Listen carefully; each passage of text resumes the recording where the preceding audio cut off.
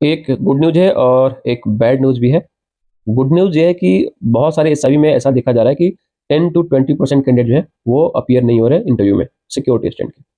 साथ ही दूसरा good news ये है कि कल एसीआई का रिजल्ट आ चुका है, तो मैक्सिमम कैंडिडेट जो है जो शॉर्टलिस्टेड थे सिक्योरिटी असिस्टेंट के लिए भी, वो अब अपीयर नहीं होंगे इंटरव्यू में। यानी कि दोनों तरीके से आपको फ़ायदा मिलने वाला है। दोनों तरीके से जो है वहाँ पे अब कैंडिडेट जो है अपीयर नहीं होंगे इंटरव्यू में। एक तो पहले से नहीं हो रहे थे क्योंकि उनका किसी और डिपार्टमेंट में हो गया, क्योंकि रेलवे का भी रिजल्ट अभी आया था और बाकी डिपार्टमेंट में भी बहुत लोग ज्वाइन कर चुके हैं। तो वो लोग अब सिक्योरिटी असिस्टेंट का इंटरव्यू देने नहीं जाएँगे और साथ ही अब एसीआई वाले भी नहीं जाएँगे क्योंकि उनका रिजल्ट ऑलरेडी एसीआई में हो चुका है। मेरे पास जितने कैंडिडेट एनरोल थे एसीआई के लिए उसमें से maximum I think 70 to 75% candidate जो है वो सिलेक्टेड हो चुके हैं। ठीक है? अब बात करते हैं बैड न्यूज़ पे।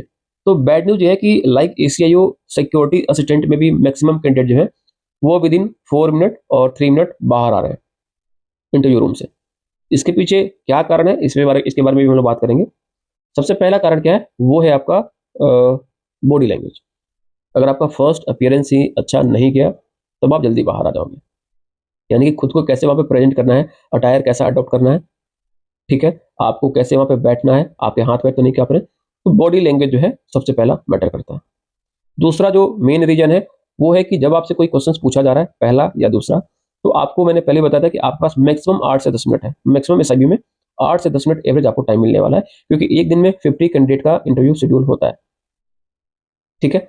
तो अगर आपसे पहला और दूसरा क्वेश्चन्स पूछा गया, अगर आपने पहला और दूसरे क्वेश्चन्स का आंसर ही अगर आप इलैबोरेट करने की कोशिश करोगे, टू द पॉइंट आंसर नहीं करोगे, उसको और लेंथी बनाओगे, तो फिर वो आगे जो है एंटरटेन नहीं करेंगे। क्योंकि आईबी का जो इंटरव्यू होता है उसमें आपका माइंड अलर्टनेस देखा जाता है कि आप कितना जल्दी सोच पा रहे हो और टू द पॉइंट सोच पा रहे हो और कम वर्ड्स में आंसर कर रहे हो। ये 3 चीज़ें होती हैं। कितना एफिशिएंटली आंसर कर रहे हो, टू द पॉइंट आंसर कर रहे हो और कम वर्ड्स या सेंटेंस का यूज़ कर रहे हो। ठीक है? अगला जो रीज़न है, वो है कि पहला और दूसरा क्वेश्चन जब आपसे किया जा रहा है, तो आप पहला और दूसरा क्वेश्चन का आंसर आप नहीं कर पाए, तब भी आप बाहर निकल जाओगे। ठीक है? तो ये 3-4 रीज़न्स हैं। अगला जो रीज़न है वो है आपका कम्युनिकेशन स्किल। चाहे आप हिंदी में इंटरव्यू दो, चाहे आप इंग्लिश में इंटरव्यू दो, दोनों इक्वली मतलब है। यानी कि जो इंग्लिश में आंसर कर रहे हैं या इंटरव्यू दे रहे हैं, उनको ज़्यादा मार्क्स मिलेगा या प्रायोरिटी उनको दी जाएगी, ऐसा बिल्कुल नहीं होता है। कम्युनिकेशन स्किल आपका हिंदी में हो या इंग्लिश में हो, दोनों है इक्वली है। लेकिन अगर आप हिंदी में भी अगर आप स्टक कर रहे हो, ब्लाइंड साइलेंट आ जा रहा है बीच में, आप सोचने पे मजबूर हो जा रहे हो आंसर करते टाइम में, फंबल कर रहे हो बीच में, दैट मीन्स कि आपका कम्युनिकेशन स्किल जो है वो ठीक नहीं है। आप जो डिलीवर करना चाह रहे हैं, आपके माइंड में आंसर है, इसका आंसर ये होगा, लेकिन आप उसको कम्युनिकेट नहीं कर पा रहे हो, ठीक से डिलीवर नहीं कर पा रहे हो, तब भी आप बाहर आ जाओगे। अगला जो है वो है सब्जेक्ट नॉलेज। अगर आप करंटली पास आउट हो, 24, 25, 26 में अगर आप ग्रेजुएट हुए हो या जो भी आपके पास लेटेस्ट डिग्री है, अगर उससे क्वेश्चन अगर आपसे पूछा जाता है, तो आप ये बिल्कुल नहीं कह सकते कि सर मैं इससे टच में नहीं हूँ। आप हाल फिलहाल पास आउट हुए हैं, तो आपको तो पता होना चाहिए। जो कैंडिडेट 2021-2022 में पास आउट है, वो तो कह सकते हैं कि सर मैं अपने कोर सब्जेक्ट से अभी मैं टच में नहीं हूँ, क्योंकि currently I am preparing for government और कॉम्पिटिटिव एग्जाम्स। लेकिन जो करंटली पास आउट है या परसुइंग है अभी किसी और डिग्री को परसू कर रहे हो, तो उनसे तो क्वेश्चंस पूछे जाएंगे। ठीक है? अगला जो है वो है करंट अफेयर से अपडेटेड ना होना। क्या सिक्योरिटी कंसर्न है आपके स्टेट में? अगर आपका स्टेट बॉर्डर एरिया पे है, सेंसिटिव एरिया है अगर आपका, तो क्या वहाँ पे सिक्योरिटी चैलेंजेस है? Art and culture, current affairs India का, खास करके डिफेंस सेक्टर का, ठीक है? इन 21st सेंचुरी सबसे बड़ा सिक्योरिटी थ्रेट क्या है इंडिया के लिए? तो अगर सिक्योरिटी चैलेंजेस अगर आपके आसपास की लोकेलिटी की नॉलेज, ठीक है, अगर आपके पास नहीं है कि मेरे आसपास क्या चल रहा है, क्या हो रहा है, कौन-कौन से चैलेंजेस हैं जो हम लोग फेस कर रहे हैं, या कौन-कौन से करंट अफेयर्स हैं हमारे स्टेट से रिलेटेड या हमारे देश से रिलेटेड, हमारे डिफेंस सेक्टर से रिलेटेड, तो अगर आप इससे अपडेटेड नहीं है, फिर भी आप बाहर निकल जाओगे जल्दी। कुल मिलाकर के कहने का मतलब ये है कि आपको प्रैक्टिस ज़्यादा से ज़्यादा करने की ज़रूरत है और मैक्सिमम कैंडिडेट 99% कैंडिडेट ऐसे हैं सिक्योरिटी असिस्टेंट में जो लाइफ में पहली बार अपना इंटरव्यू फेस करेंगे और उनके पास प्रैक्टिस पहले से है नहीं। प्रैक्टिस कैसे होगा? या तो आप कहीं पे मॉक के लिए आप इनरोल हो जाइए, वो नहीं कर सकते तो अपने किसी फ्रेंड सर्कल में किसी फ्रेंड को पकड़िए, उससे क्वेश्चन आंसर करिए, उसको पूछिए, उससे बोलिए कि भाई तुम मेरे से क्वेश्चन आंसर करो। उससे भी नहीं तो मिरर प्रैक्टिस करिए घर पे। बहुत लोग तो ऐसे हैं कि खुद का इंट्रोडक्शन भी ठीक से नहीं दे पा रहे हैं।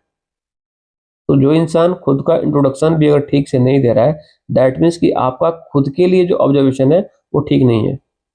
तो आप आगे क्या आंसर करोगे?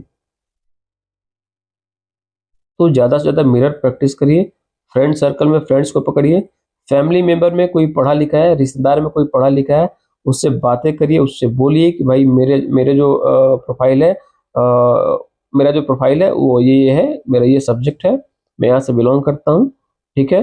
तो मेरे यहाँ के art and culture, current affairs, मेरे सब्जेक्ट से रिलेटेड क्वेश्चंस ऐसे तुम मेरे से करो और उनको बोल के आंसर करने की प्रैक्टिस करिए। जितना ज़्यादा आप बोलिएगा, आपका जो है फंबल नहीं करिएगा, बीच में स्टकनेस नहीं होगा, आप स्टक नहीं करिएगा बीच में, ठीक है? और टू द पॉइंट आंसर करने की कोशिश करिए। आप ब्लाइंड साइलेंट ना होकर के पैनल में जो लोग बैठे हैं उनको ब्लाइंड साइलेंट करने की कोशिश करिए, जल्दी और टू द पॉइंट आंसर करके। तभी आप आगे सस्टेन कर पाएंगे 5 मिनट से ज़्यादा, अदरवाइज आप भी 3 या 4 मिनट में बाहर आ जाएंगे। और मैं आपको डीमोटिवेट नहीं कर रहा, मैं आपको पहले से अलर्ट कर रहा हूँ, क्योंकि कंपटीशन का जो लेवल है हर एक के सभी में अच्छा खासा है, कहीं पे भी कम नहीं है। तो आपको ऐसा लगता होगा कि ऐसे ही जाएंगे और इंटरव्यू दे करके चले आएंगे। उस रूम में जब आप एंट्री करोगे तो वहाँ का प्रेशर हैंडल नहीं कर पाओगे आप, अगर आपका पहले से प्रैक्टिस नहीं रहेगा तो, ठीक है? तो जहाँ से आपको हो सकता है कहीं पे, आपको ये नहीं कि मेरे पास ही आप मॉक के लिए इनरोल हो जाइए, कहीं पे भी आप मॉक के लिए इनरोल हो जाइए, प्रैक्टिस ज़्यादा से ज़्यादा करिए, क्योंकि अनजान लोगों से जब आप बात करते हैं ना, तो फिर आप धीरे-धीरे खुल के सामने आते हैं। क्योंकि घर में या फैमिली में किसी से बात करिएगा तो आप तो अच्छे ईज़िली बात कर लीजिएगा, लेकिन जब अनजान लोगों से बात करिएगा तो वहाँ पे आपको दिक्कत होगा, वहीं पे आप स्टक करिएगा, वहीं पे आपका कम्युनिकेशन स्किल का टेस्ट होता है, कि आपका कम्युनिकेशन स्किल कितना अच्छा है, कैसे आप खुद को अच्छे से एक्सप्रेस कर रहे हैं अपनी बातों को। तो अनजान लोग के साथ अगर आप प्रैक्टिस करते हैं तो आपके लिए थोड़ा आसान हो जाता है। बाकी जो मेथड मैंने बताया उससे कहीं ज़्यादा बेटर आप हो जाते हैं इसमें, ठीक है? और मेरा व्हाट्सएप नंबर आपको स्क्रीन पर दिख रहा होगा। एसएसक्यू फॉर्म या ए फॉर्म में कोई डाउट हो तो आप पूछ सकते हैं। साथ ही मॉक इंटरव्यू के लिए भी आप यहाँ पे जो है क्वेरी कर सकते हैं मेरे इस व्हाट्सएप नंबर पे, ठीक है? धन्यवाद।